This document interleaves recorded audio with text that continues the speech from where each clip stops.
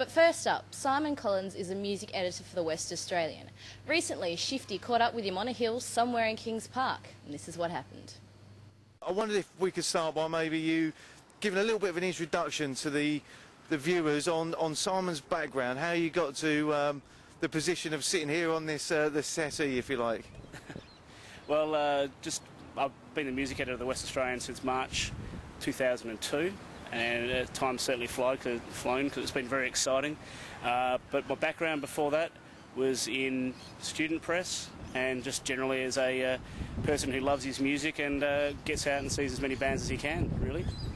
You know, I wondered whether you could kind of give us a summary of what you feel should be the role of a good music journalist. Well, I think we've got to report on the scene without, you know, honestly. I think we're not here to be promoters as a journalist. We're not here to just blindly give support to all these bands. I mean, we want to give them space, and if they're good, they get it. And that's why the West has been covering local music more than it probably has been for years, probably since the review lift-out stopped. Okay. And we're doing that at the moment because there's so much good stuff out there, and I think we've got to just, you know, identify where the talent lies and cover it. What would you kind of say in terms of advice to people that are doing, you know, journalism courses or have just graduated and would love to be, you know, working at the West Australian? I'd probably say just get yourself published. Just get published. You know, just do it for free for a student paper. That's where most journos start. Do it because you love doing it, not because you want to get paid or want to get a job out of it. Just do it because you love it. You talked about the kind of, you know, how difficult it is to break through in the States. I mean, that's something that a lot of British talent finds as well.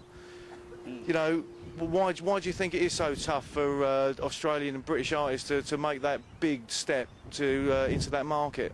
The US market is just huge. It's unwieldy. There's hundreds of radio stations. The industry is so fractured, it's just really hard to know where to get a toehold. I mean, you've got to concentrate on perhaps, you know, just working on the Boston market. You can't really work on the American market. You've got to pick your market and work on that. But, you know, it's even been hard in the past for Perth bands to get a crack or get a look in Sydney and Melbourne. Yeah. You know, I mean, Perth has traditionally been seen as somewhat of a cultural backwater.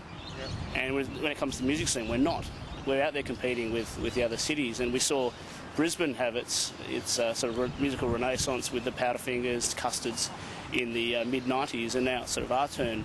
You don't need to move to Melbourne or base yourself in Sydney to have a career. You can do it here in Perth. Obviously, it's not easy from a touring perspective, but it's not going to stop you from releasing successful albums.